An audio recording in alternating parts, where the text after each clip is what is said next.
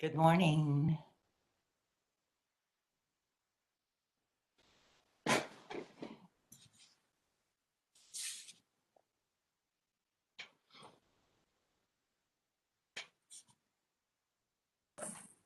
morning, guys. I don't see Tim yet. He just emailed me that he's trying to get in, so.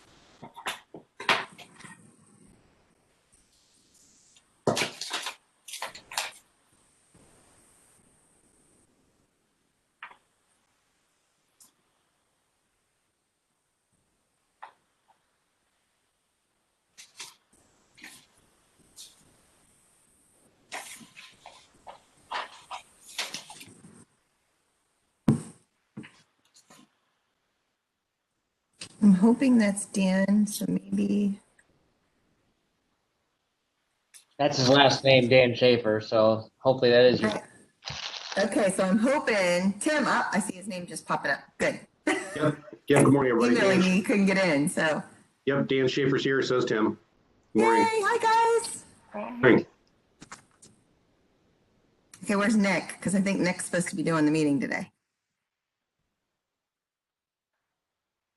You got it handled, Nicole. I have nothing. Volunteer for one thing and you get stuck, right? Oh my God.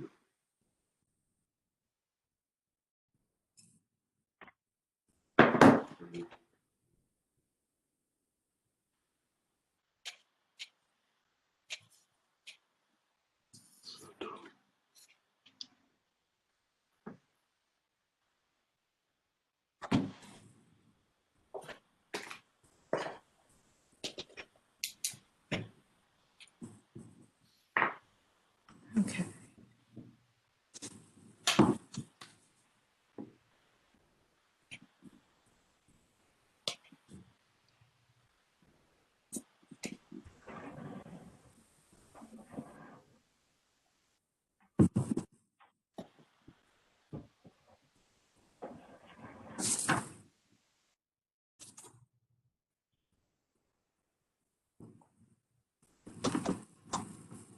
Okay.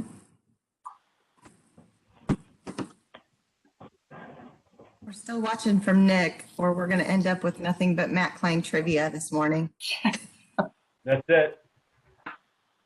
That's all we're going to have. That's all we're going to have. Then our presentation. Tim, where's Tim? Is Tim still here? Tim. He's on there. Yeah, Mayle can talk to us about Michigan's basketball season. They are having a fantastic hoop season. So Tim can talk to us about Michigan basketball. Yeah, I was thinking maybe I'd like to talk about Michigan football too while we're at it. That'll be a shorter conversation.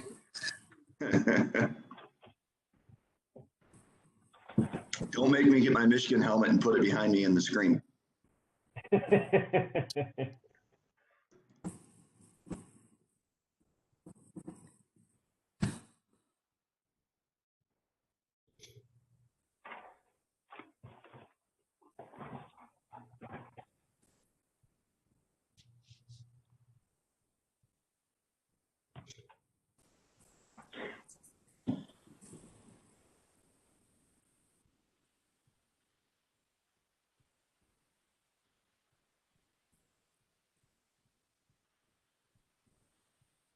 I don't have Nick's number. I'd text him.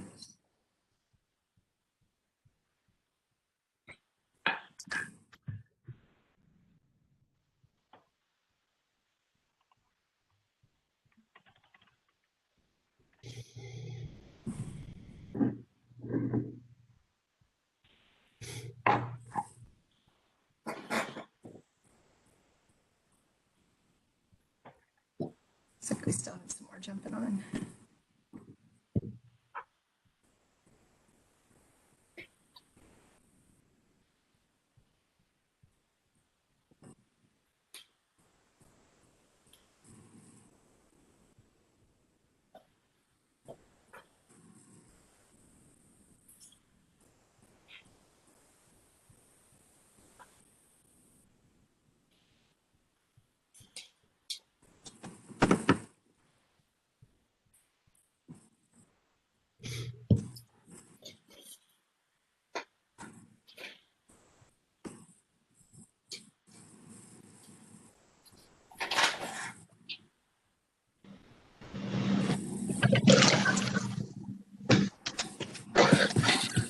So, first and foremost, I hear him. I am the substitute teacher today, and I blew it right off the bat. It's all right, Nick. You're gonna be fine. So we can save all the jokes for happy dollars. I am ready to take all the rotten vegetables to be thrown at me. But let's go ahead and get started. So now that we're a couple minutes behind. So first and foremost, why don't we do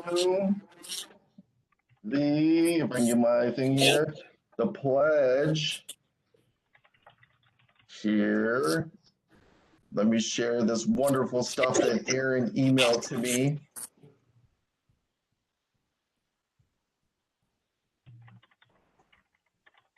Oh, wrong one. There we go.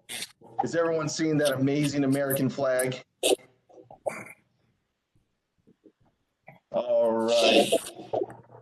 Let's go ahead and do the Pledge of Allegiance.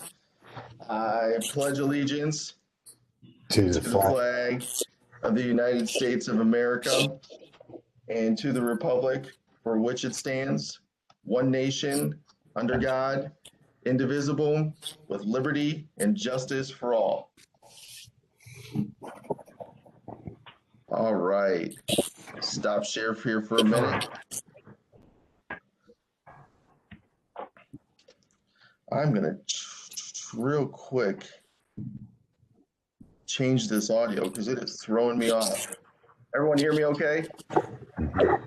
Shaking heads, yeah. This is where we're going to get that nice bingo card out of all those things that go wrong on Zoom calls. Okay, so invocation. Everyone can bow their heads here for a minute.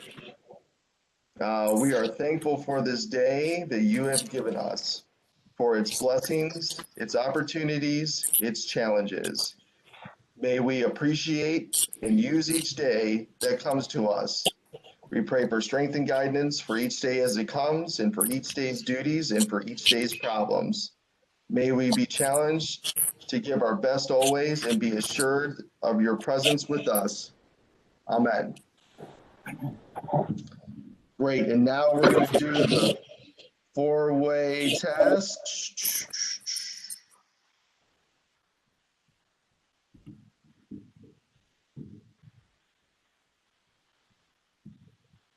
All right, so the four-way test. Is it the truth? Is it fair to all concerned? Will it build goodwill and better friendships? Will it be beneficial to all concerned? Boom.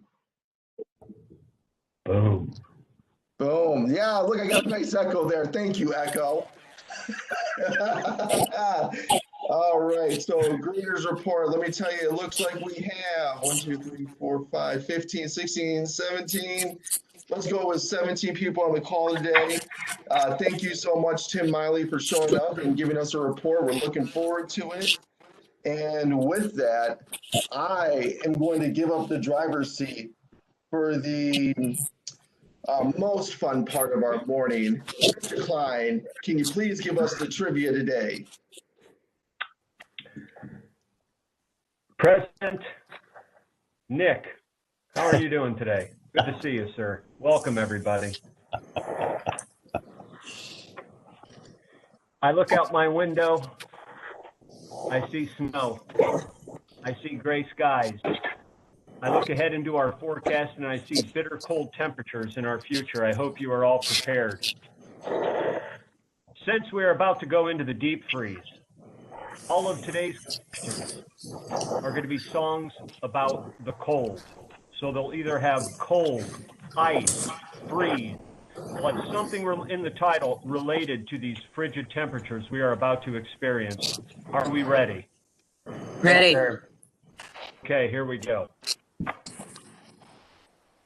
10th Avenue Freeze Out was a hit in 1975 for this New Jersey rock. Bruce Springsteen.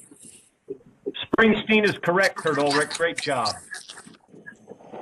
He also starred in the Jeep commercial during the Super Bowl. And he looked very cold in that too. He did look very cold. That served the purpose of making everyone on the right mad and everyone on the left mad, so it was probably a pretty good commercial. Okay, moving on. Cold Gin. Cold Gin is a popular tune off the Shock Rockers' 1974 debut album. Kiss. Kiss is correct. Who said that? Was that you? Who was that? Patrick. Pat, great job. That was Kiss off their debut album, Cold Gin, and it's a very good album, by the way. A great debut album. Okay. 1977 song. Reached number 6 on the chart for Foreigner. Cold as ice. Cold as ice. Cold as Ice is correct, yes. Foreigner. Okay. Toast stuff there from our friends in Foreigner. Rapper Tone Loc had a hit in 1989 with this cold song. Funky Cold Medina. Funky Cold Medina. Who said that? That is correct. If you're from the Cleveland area, it's funky. If you're from the Cleveland area, it's Funky Cold Medina.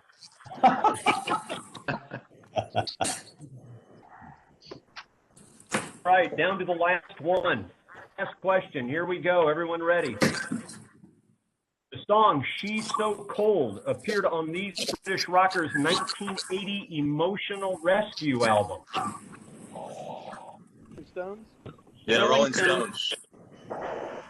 The Rolling Stones is correct. Yeah, "She's So Cold" off the 1980 Pat took on a roll today. Hey, great job, everybody.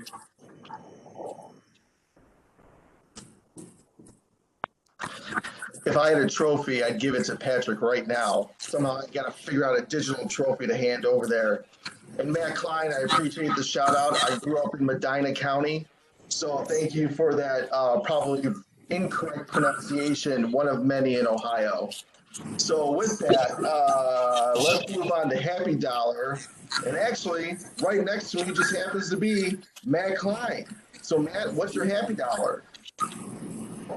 Happy, after all this long stuck in the house type stuff, I'm getting away this weekend. I'm actually just running down to Oxford, Ohio to visit my oldest child down at Miami University. So I'm looking forward to that. Enjoy your time in Red Hawk Nation, Matt.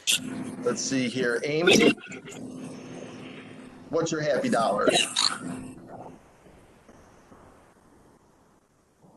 Sorry, I had to find my mute button. Unmute button. My Happy Dollar is Brian and I get to babysit this weekend our almost 2-year-old granddaughter. And Brian looked at me last night and said, when she lays down for a nap, we're going to have to too. she is ornery. So we're looking forward to that. And hopefully we will get back to visitation soon here at work. Now that we're in the yellow in Hancock County, hopefully It's been a long haul for our residents. It's just been a very, very emotional long haul. So I'm hoping that comes soon, sooner than later. Great. Thanks, Amy. Enjoy those grandkids. Betsy. Hey, before Betsy speaks, can we put everybody on mute there? I mean, I can't hear hardly anything. Here, Jeff, let me see if I can do this magic. Ready?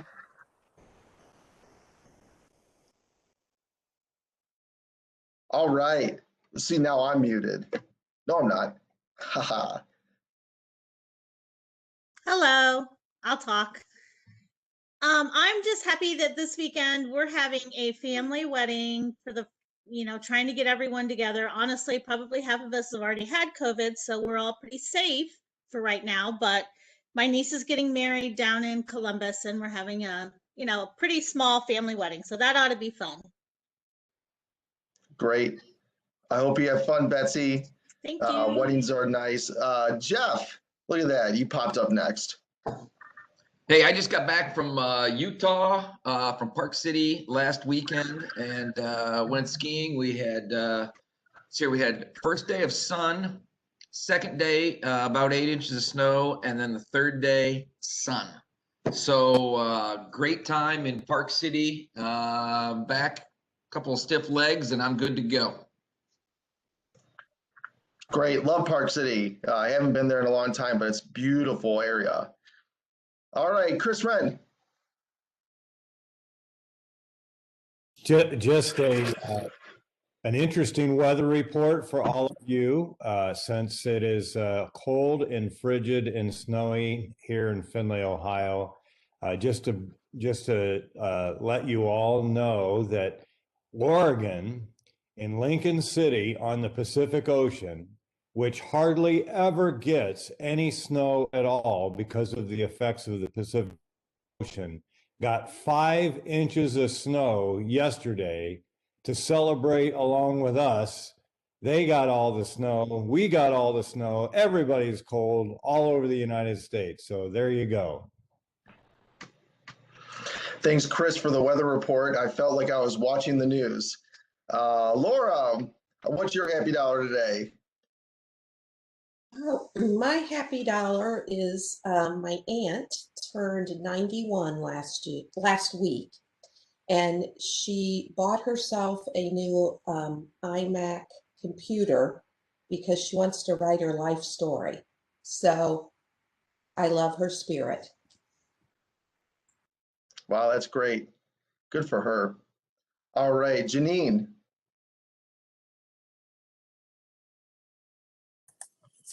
Well, I am. I never claim to be getting old. I always refuse to take the senior discount, which makes my daughter mad. But right now, I'm hoping that I'll get a call to get the shot. So it's good to be old some days. Anyway, still waiting. That's great. Look at the bright side of that one. Yeah, really. All right, Nicole.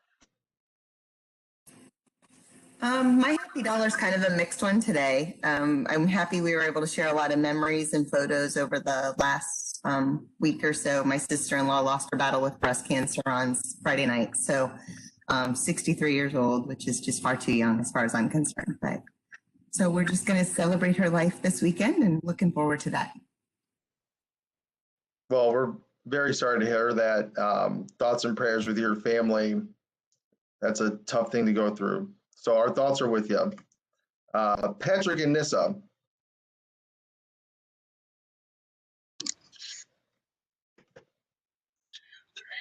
Seven weeks to go. So we're in the final countdown, and I'm especially happy because Girl Scout cookies are in, and I spent way too much money. So we're gaining weight, to say the least. My doctor says it's okay though. Well, that's good. In an upcoming meeting, we'll have to have the final countdown play when you guys come on. Yeah. Well, good, great. Susie.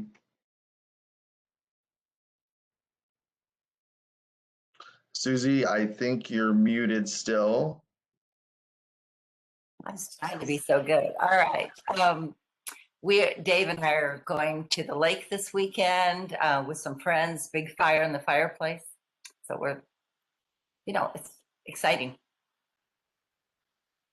Sounds like fun. Okay, good. It worked. All right. Tim, is there something that you're happy about this morning? Hey, good morning, everybody. I'm happy that my ninth grade basketball team is learning to play defense because we gave up 15 3-pointers this weekend. Well, Tim, if it's helpful, they don't play defense in the NBA anyway, so they're right on track. That's where they get it. That's exactly right. Thanks, Tim. Who's our call-in person this morning? It's Carrie Zollner. Carrie, what are you happy for this morning? Well, I'm happy that Chris told us the weather forecast. We actually are moving this weekend, so I can hardly wait to experience the frigid cold and move our house. Well, good luck with the move. It'll definitely be cold, but you'll feel much better when you're in that new place. Yes, I hope so. Well, good. Thank you. Chad, you're next on my list. Hey, I am happy today. It's my daughter's 6th birthday. And so my happy $1 is going to turn into happy $50 at the Polly Eyes Pizza Buffet tonight for her birthday. Oh, good. Well, happy birthday to her. I hope it's a great one. Christina. Well, good morning. I am happy. I think, I talked periodically about this group of 5 old neighbor ladies that I hang out with that are a bunch of fun, and haven't got to hang out with them through COVID. But the youngest one is 70, and they're all in the process of getting the vaccine. So hopefully we'll be able to hang out here very soon, and I'm excited about it. All right, thanks. Kurt. Good morning. So Cassie and I continue to excel at our cross-country skiing, and so we're going to head up to Michigan and do it again. And it was wonderful to see Susie in person the other day. So we actually had dinner at the club. It was good to see some people live. Great.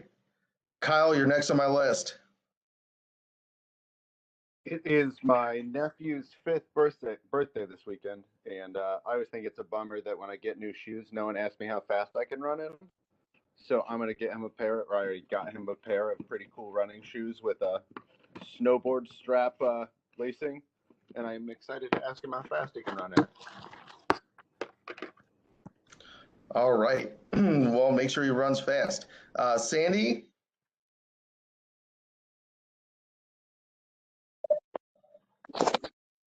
This morning, I'm happy we had stayed in again yesterday. Amy can probably attest to this with COVID. I feel like they've been in all our buildings much, much more, and we again was deficiency free. So thankful that as many times as they've been in here, we still continue to be deficiency free. Very good. All right. And my computer just shifted on me and screens. Did I miss anyone to this point? Speak now or forever hold your peace. All right, great. Then here's how we're going to do it. So my happy dollar this morning is realizing that when I was in one room that Aaron put together for WebEx, you guys were in a different room. So I'm going to do a happy dollar for laughing at myself this morning and enjoying that fact.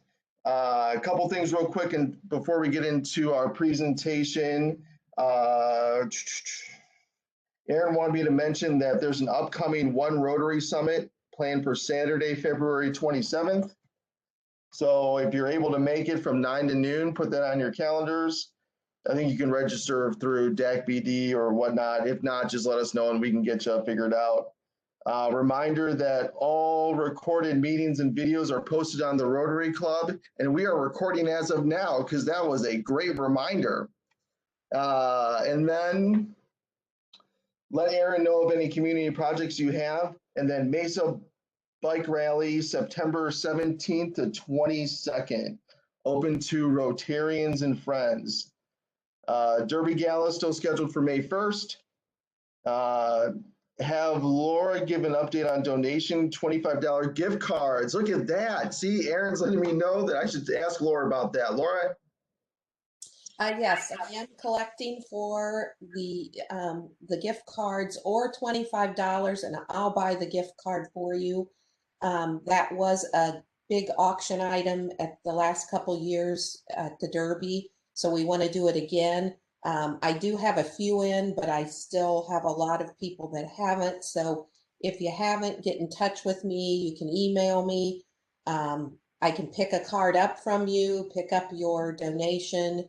However you want to do it, we can do it through Venmo or Zelle or a different payment plan. Willing to work with you, and we want to get that set up. Otherwise, as far as the Derby is going, I am staying in touch with the Hancock Hotel. I have a call with them later this month. I'll be touching base with them each month just to see what the new protocol is for events. So it's going to keep changing, as we suspected, and I will keep you posted. But right now, we're just trying to collect the gift cards, any donations, raffle items we can get, and we just keep working away at it. Great. Thanks, Laura. Appreciate it. And while we're doing the Derby update, any more updates from our club committees, from club, community, international, or vocational? Seeing none. All right. Well, then I'm going to pass it over to Nicole to do an introduction for our speaker. Hi, guys. Tim, I really should have blown that font up a little bit. I'm too old to read this. Welcome, Tim Mayle. He began working as the Director of Economic Development in November of 2016 and was the Assistant Director from April of 2011. Tim is a 2003 graduate of The Ohio University with a Bachelor of Science in Geographic Information Systems. Prior to joining the Alliance, Tim worked for the Hardin County Commissioners for 7 years. Tim has become active in the community through several organizations. He's the former president of the North Central Campus for Emerging Technologies and Findlay Young Professionals, board member of the United Way of Hancock County, American Cancer Society volunteer, Leadership and Small Business Resource Center. Tim is currently the chairman of Raise the Bar of Hancock County, secretary of Blanchard River Watershed Solutions, and is a board member of the Ohio Economic Development Association, the Findlay Energy Special Improvement District, and Findlay Design Review District. Tim is a member of Findlay City Schools Strategic Planning Committee and Northwest Ohio Regional Economic Development. Tim was appointed to the Regional Economic Development Alliance study developed by the Ohio Senate and House of Representatives to identify best practices in economic development in 2018. Tim was awarded the 20 Under 40, which recognizes community leaders in Northwest Ohio and Southeast Michigan, in 2013. Findlay Hancock County has been recognized as the #1 micropolitan in the United States based on capital investment, new construction, and job creation for the past 6 years. Tim is married and has a boy, age 15, and a girl, age 12. Please welcome Tim today. Thanks, Nicole. So I'm going to run through some slides on PowerPoint. I'll share my screen here in a minute. And I've got more information than time would probably have allowed, so I'll go fairly quickly. But make this informal. If you have a question on something I say, go ahead and just unmute yourself and ask the question, and we can discuss it. No problem doing that. So let me try to share my screen here.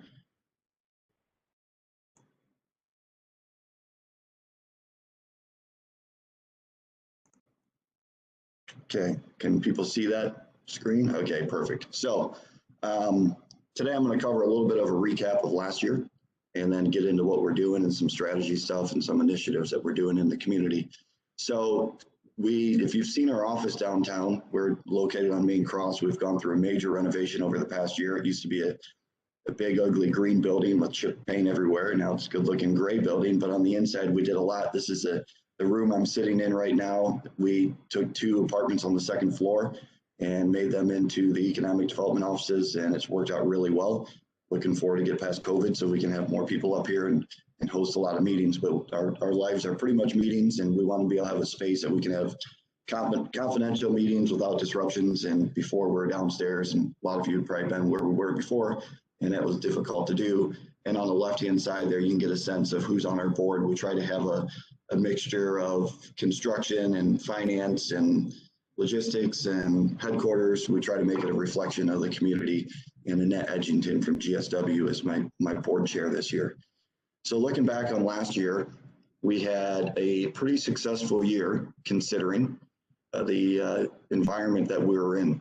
And if you look at capital investment from the projects that we measure, we had just almost $150 million in investment. And those represent projects that are industrial, manufacturing, logistics, office. It does not include residential projects. It does not include anything related to healthcare or retail. And that only reflects projects that are either $1 million or more in investment, 20 new hires, or 20,000 square feet in construction. And you can see a little bit of the breakdown of that 148 million. We had a huge surge in plastics last year. A lot of that was related to COVID. Anything that was packaging, could be food packaging, it could be Graham Packaging here, who does Procter & Gamble work in town, Val Film, Ball Metal, all of them had a very good year. Centrex, American Plastics had good years. So plastics were good. Automotive was down. The OEMs shut down early in the year, last year, March and April. So it caused a ripple effect through the supply chain. And then once they started operating again, they had some workforce issues, and they also had issues getting parts from overseas. We also had trouble getting people from overseas. I don't know if any of you work at Whirlpool or not, but they were working to install a line, and the line showed up about a year ago, and they needed some specialized individuals from Italy to come. And Italy right now is getting hit with COVID early, so we wouldn't let them in. And then when the US surged, Italy wouldn't allow them to come here. So it took a while. We had lots of issues like that with our international companies of trying to get people moved around. And the other thing is e-commerce distribution. We've all experienced that. I'm sure we're all purchasing more online at this point. So the distribution centers we have in town, their models have changed from a seasonal model. Home Depot, when they first came, they would peak for spring. Best Buy would peak for Black Friday. All that has changed now, where there's much more of a plateau because of so much e-commerce that we're experiencing and moving forward. So a lot has changed in the past year. And one thing we follow, which is a reflection of the economy, is City of Findlay income tax. So are people actually getting paid, which we'd like them to do. And you look at 2019 versus 2020, it was very similar with the exception of the business income tax. And obviously Marathon did not have that great of a year with everything that's going on. They were also going through the integration of Endeavor and the purchase of Speedway. So from a tax standpoint, things were a little bit different for them. So that was obviously one of the main reasons of the business decline. They're a major contributor and others, but on the individual and withholding side, it was a pretty good year considering COVID. And a lot of that was because of PPP. And taking a look at wages, we get questioned all the time, what is a good wage to have? And what are we trying to attract to the community? But what this slide shows on the right-hand side is all the counties in Northwestern Ohio. So there's 17 counties in the Jobs Ohio Economic Development Northwestern Ohio sector. And this is the average weekly wage. This is federal data. And this was for the second quarter of 2020. This is the latest data that we have. And all I did was annualize that data. And you get a sense to see, I gotta move the window so I can read it here, of where we're at. So we are at $1,103. That includes all industries. And when you annualize that, it's $57,356. You can see we're far ahead of our neighbors, which is great. And if you look at us relative to the state of Ohio, the red stars on the map are the only ones that beat us, which are Cleveland, Columbus, Cincinnati, Dayton area, that I-71 corridor, which is no surprise. So outside of the 3 Cs, we're essentially the highest wages in the state, which we're proud of. It's one of the things that we measure. It's a good indicator of the health of the economy, of what we've got going on. So a little bit about what we do every day. So maybe I should have started with this, what we do, but so in economic development, we focus on 6 core areas. Retention and expansion is the number one. And that is to make sure that the companies we have are healthy. And if they're struggling, we help them. If they're growing, we help them. We also are able to take that intelligence from individual companies and apply that to policies that we're putting within the community. So it could be infrastructure related, it could be workforce related, and we're able to see that from a 40,000 foot view when we talk to all the different companies. There's a lot of best practices that we share with companies. Attraction, most people think of attraction of what's coming to town, and that's a smaller piece of what we work on. We do workforce development, small business, downtown, and then community planning. So currently, active projects in all those buckets with 86 active projects. That does not mean we're working on 86 projects every single day. Some projects we spend a significant amount of time on, and some they require just a little bit of work. But there you can see the breakdown. The pie chart represents not time, but those total projects there. And then we have 45 what we call in the parking lot. Those are projects that may have gone dark, and they are things we should follow up, maybe in projects that we've lost. We had a company out of Germany a couple years ago, and they're very similar to like Lego. They were looking to come to the US. They didn't make the investment. A couple things different happened. That's an example of a parking lot that we keep in touch with those companies in case they're prepared to make an investment into the future. So lots going on, and we probably have more projects than ever right now. And that is because people are planning for post-COVID. And so we have people trying to figure out what they're going to do. We have a lot of small businesses. You see 19 small businesses. Dan Schaefer's on the other side of the room here with me. He handles a lot of those small business cases. A lot of them are trying to survive through COVID and working through. So we've had an uptick in projects, and but that's okay. We can handle it, and we enjoy working with them all. So here's an example of this is a real life example that's happening right now. We just got this week, but what we get on a project lead, it's not often we get real good qualified leads from the state of Ohio, and it's not often that we always can respond to them. But this is one that we had a meeting on yesterday. They're looking for, it'd be 200 to 300 jobs. They're looking for about 75 acres or so. And you can see all the criteria there. It's fairly heavy industrial. They need a lot of electricity. They are food processing. So they're going to use a lot of energy to probably cook something. We don't know exactly what they're doing. But we do know, you can see there it says not a slaughterhouse. You know, we want to make sure that we're bringing companies to town that we think are good companies, and we don't really feel like dealing with a slaughterhouse in town. That would be not a good one. But so going through with that process. But the reason I show this is we generally have 2 to 5 business days to respond to these. So what we spend is a lot of time being proactive. So we have a lot of land in the community where we have partnerships with landowners where we will actually go out and perform due diligence. And we do environmental work, we do geotechnical work, we do ALTA surveys so we can understand property boundaries, but the easements that are associated with it, and making sure there's no surprises on the property. And that's been a successful model for us. So when a company comes to town and we say, one, it keeps us on the list so we can have a chance at meeting the company. And then ultimately we assign our rights of the property, and then they purchase it. And then we monetize that because we take an assignment fee. It's not a brokerage fee, or not realtors, but that's how we help fund our work, because there's legal fees and environmental fees and everything that we're doing, and we just turn that into the next piece. We don't use it for salaries or operations. But it's been a really good model for us. It's been a good model for landowners because they tell us what they want to sell the land for, and that's up to them. And we're able to have someone come purchase it. It works out well. The Campbell Soup, McLean, Spec Building, Veneer Nation, which is now ZF, all those properties went through that model. And that's one of the reasons we've been successful, because we're prepared for all that. Quickly on COVID for the past year. So a year ago, COVID comes in and everybody's wondering, what does this mean? And we found out in March when the governor did a stay-at-home order, exactly what it meant was a lot of confusion, because he said essential workers can go to work if you can do it safely. He gave some guidance, but he basically left it up to the employers to determine if you're essential and then communicate that. And so we had to work with a lot of companies. So Whirlpool, for example, was clearly essential based on the guidelines, but you'd have to communicate that. Why is it essential to have a dishwasher? Why is it essential to have a tire? Why is it essential? And the questions go on and on and on. And so we worked with a lot of companies to make sure we understood that and how they could quickly, they had these hierarchy of controls with social distancing and the PPE and making sure that they were operating safely. And fortunately, our companies have operated safely. So we spent some time with that. But after everybody was up and running, we quickly realized the people who needed the help the most was the small business. They were not prepared to operate.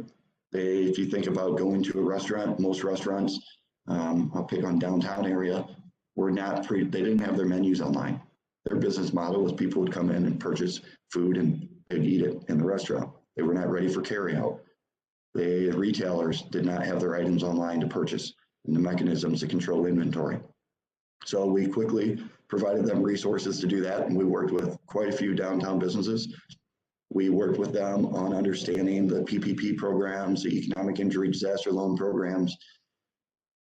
We worked with them then. We had found out that a lot of the businesses from us, from afar, look like they're very successful, but a lot of them operate on a month-to-month cash basis, and they don't have money to purchase all the PPE they needed. So we worked with the city to put together a catalytic loan fund for $10,000 that they could get a loan where they're not, everything's deferred, so they could open their doors back up. We did that, and we worked with the county on a grant program for $5,000. So after all that was going on and people were kind of getting back to normal in the summertime, we started having opportunities pop up for business, and that's what you see at the bottom. The woman drinking the bottled water, that is a picture from Val Film. They're on North Main, the former Dow chemical plant. And they have created a film that kills COVID-19 on contact. And that is deep defense. They're producing that here in Findlay. The uses for that are virtually endless. So it could be on a consumer piece where you go to the store and you can have some confidence that whatever you're purchasing is not contaminated with COVID. Lots of medical uses, medical gowns, working through that. So that's a cool innovation that they worked through. They developed it in Brazil and they brought it here. The middle one there is GVS.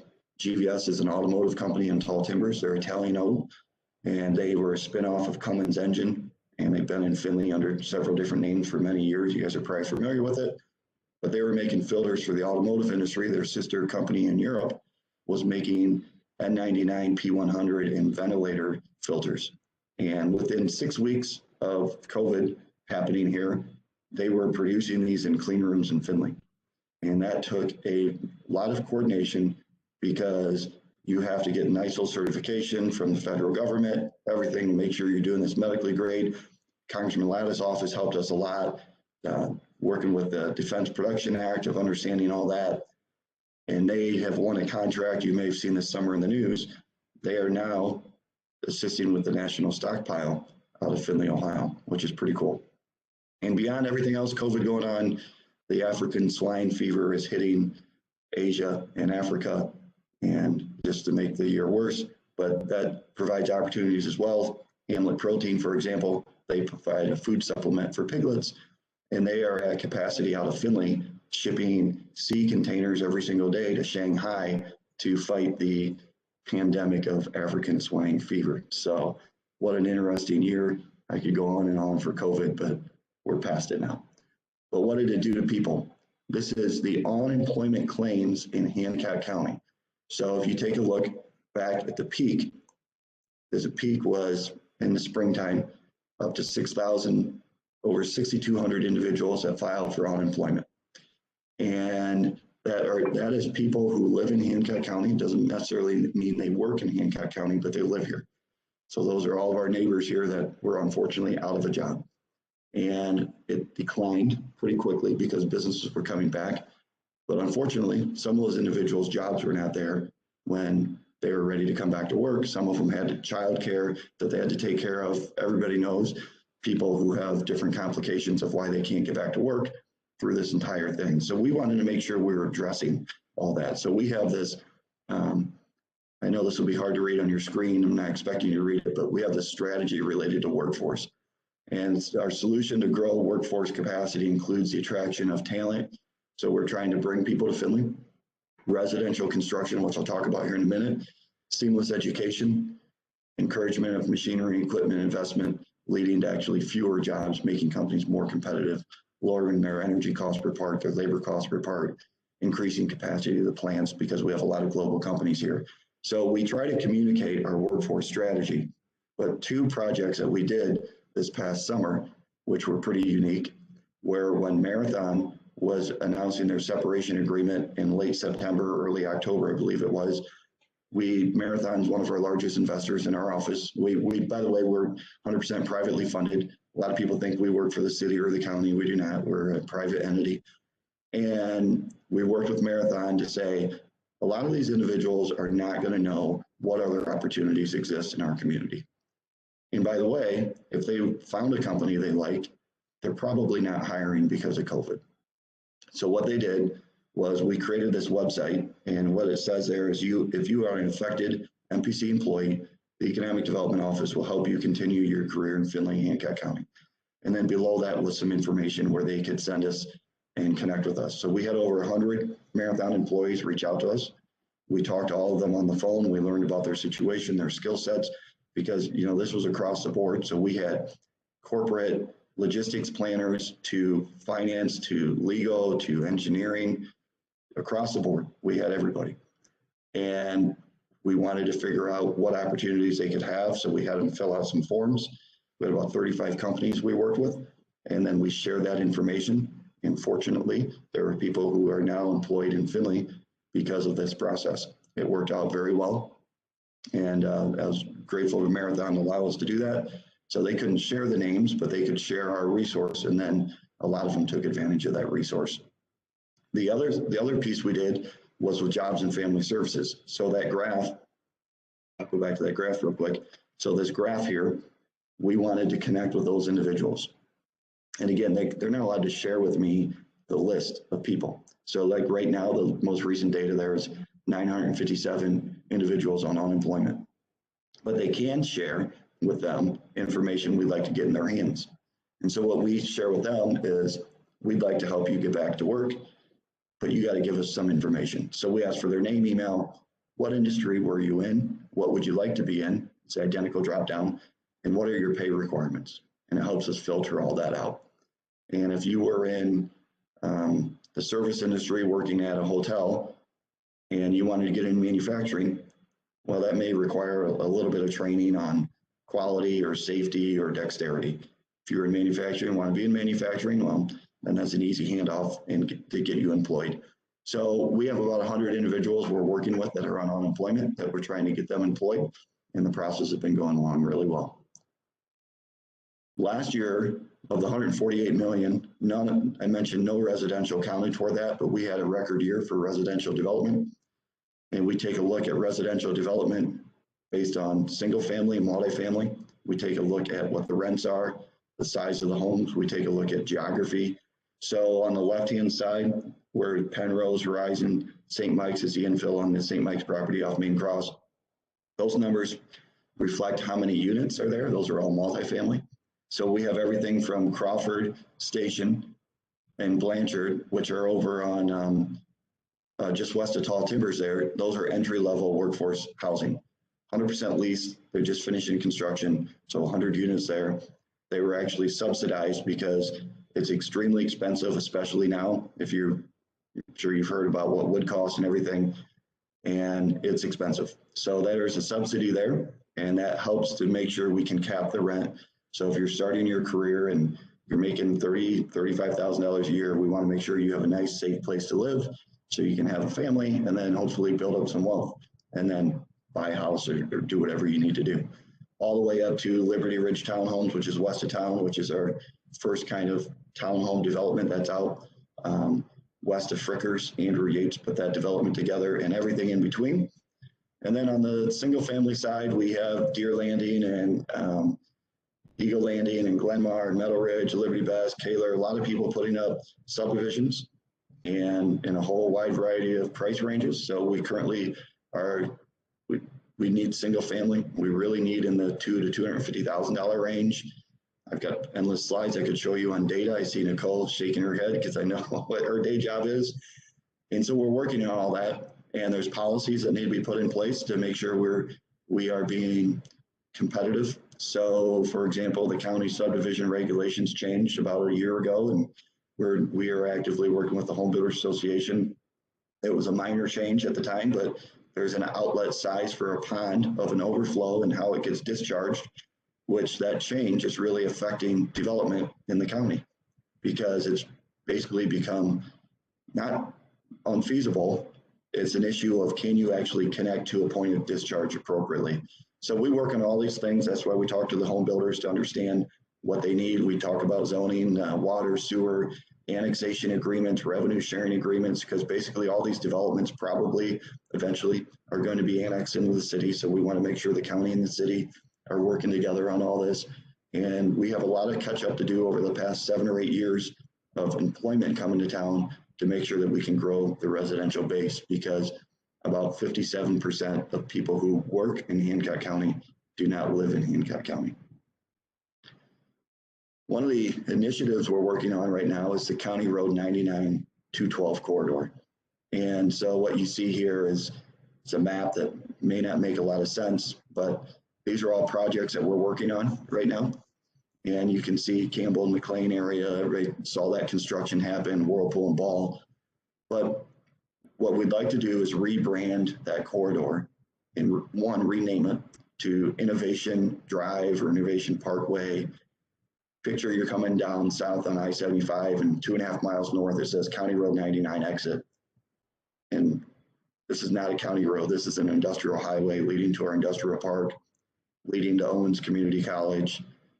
Truck driver, we like to get trucks out of downtown, so we'd like them to understand through wayfinding, there's a better way than coming downtown, because we're trying to do outdoor dining and make that a safe environment. We're trying to do where it says 14, a mixed use environment with the house system. You may see a sign out there that says future home of Blanchard Valley. We're actively working on them with them of what that looks like. Our vision is that it's anchored by healthcare and complemented by recreation and wellness, so indoor turf and indoor hard courts, and surrounded by some commercial, limited retail, and then residential development. So it's about 160 acres there that we're working on with the health system and surrounding landowners. We also are working with Owens on, there's some vacant space on the Owens campus, and we're working with the University of Findlay and BGSU to potentially establish a regional center for advanced manufacturing and logistics. We think that we've worked with a lot of companies in the past month or so on working this idea to see if this makes sense. And then there's little things. If you were on County Road 99 east of Main Street and you drive that at night, there's no streetlights. And we would like this corridor to reflect the companies we have and make it a safe environment. So we're working with the city and the county right now to get lights and, you know, do it right and make it look nice. Maybe not just Cobra heads on existing power poles, but so we've got a lot of ideas on that. But beyond that, I spoke to Hancock leadership yesterday. I told them the story. I was down in Florida a couple of weeks ago for a quick family vacation, and I'm sitting there playing shuffleboard with my kids, and I had a economic development shirt on, which has our logo, which is the state of Ohio. And the guy says, "You from Ohio?" Yeah, he's from Ohio. He says, "Where at?" And I said, "Findlay." I said, "What do you know about Findlay?" He says, "You have a flag company?" I said, "We do not have a flag company in Findlay, Ohio." And I said, "What else do you know about Findlay, Ohio?" And he says, "You have a sugar beet company." And if you heard me speak in the past over the last few years, I actually put up slides with those two things, because when we talk to people, we have a branding issue. You would not believe people that will come down from Toledo, Ohio, that are shocked to find out that Marathon Petroleum is headquartered in Findlay. And so we're talking to the mayor about, for example, when you cross Main Cross, I would love to see a sign. When you go in any community, you pull in, you always see a sign that says the county fairgrounds is this way. We always direct people to county fairgrounds in Ohio. Wouldn't it be cool if it said Marathon Petroleum World Headquarters this way? So when people are driving by, and on the next exit on Lime Avenue, if it said Cooper Tire World Headquarters this way, people have no idea. And it's a branding issue that we work through frequently. And we do that through videos. We try to do on Google, where we're intentionally putting pictures up and tag them, because it used to be just flooding images of Findlay, and we'd like to actually have images that reflect the community in a positive light. Quickly on a few other things, and I'll pause for questions. I know we're running up against it here. On attraction, we try to attract the automotive supply chain related to the changes going on in the automotive industry. So we take advantage of our geography between Honda and Detroit and how the supply chain is partnering. You can see there it says GM forms alliance with Honda. The OEMs are now working together to leverage and put cost pressure on suppliers and new technology coming in. There's new policies that are changing. You cannot pull up the TV or the internet and not hear about electrification of the vehicle and where that's coming. And that is happening. And there's a supply chain that's going to be related to that. We think we're very well positioned for some of those investments into the future. We work closely with Honda. Every time I go to Japan, we go to Japan every year. We meet with Honda. We want to understand where they're going with all of this. And so we spend a lot of time working on that. And we think on attraction and economic development is an expensive game. You got to make sure you really have a strategy and utilizing the assets. So our strengths are location, our knowledge. We're primarily a union-free economy. If you look to the north of Toledo and look down in the Lima area, it's a different story down there. The first question I get when I meet with companies in Japan every year is this going to be union or not? And nothing against unions. We have some great union companies here, but we've been intentional to make sure leadership works well with the associates to have successful companies. We are now the administrator for the Port Authority, and I'll just skip over that slide. Flooding quickly. So you may have heard over last week, we've adjusted some of the flood limits. If you heard in the bio, sorry, that was a long bio, but the Blanchard River Watershed Solutions, we've been working closely with the agricultural community, the city, the county to address flooding. The benching's been going very well. It's been going so well that you can see there in the middle, they are increasing the heights of the river when we take action and then when we enter a minor, moderate, and major flood stage, which means we have less property being damaged. And part of that is because of the benching. Part of it is because of the properties that we've acquired and torn down. You can see there on the right-hand side, the truck in the river last summer when they were taking out and doing the benching, and then what that looks like if you go over there just west of Corey Street during a rain event. Is unbelievable how much water is now flowing through and getting out of downtown Findlay before it was a major pinch point. We will address the Norfolk Southern Railroad Bridge and then do some additional benching. And then, of course, we're on the basin south of town. We've received $30 million from the state so far, and they've committed $60 million. We'll do that in future budgets. But the $30 million so far has been used for land acquisition engineering. Right now, if you drive down 68, you'll see a bunch of trucks out there doing boring for geotech. But the plan is to basically have Eagle Creek flow into that. So we have the benching downtown getting water through quickly. You can only do that so far. You cannot flood people downstream. And the other piece of it is holding that back. Eagle Creek's about 30% of the volume of the water that flows through Findlay. So if we can hold that back, keep the peak down, and let the water go through, then we'll be in good shape. So that is everything. I'm going to stop my share and be happy to answer any questions you may have. Good morning, Tim. This is Kurt. Just want to make sure that, and I'm sure you probably are aware, but unemployment fraud is growing exponentially. So we want to make sure you're communicating that to your partner companies, because we're seeing it here at the company quite often lately. It is, and we're working with JFS, and we're sharing that information.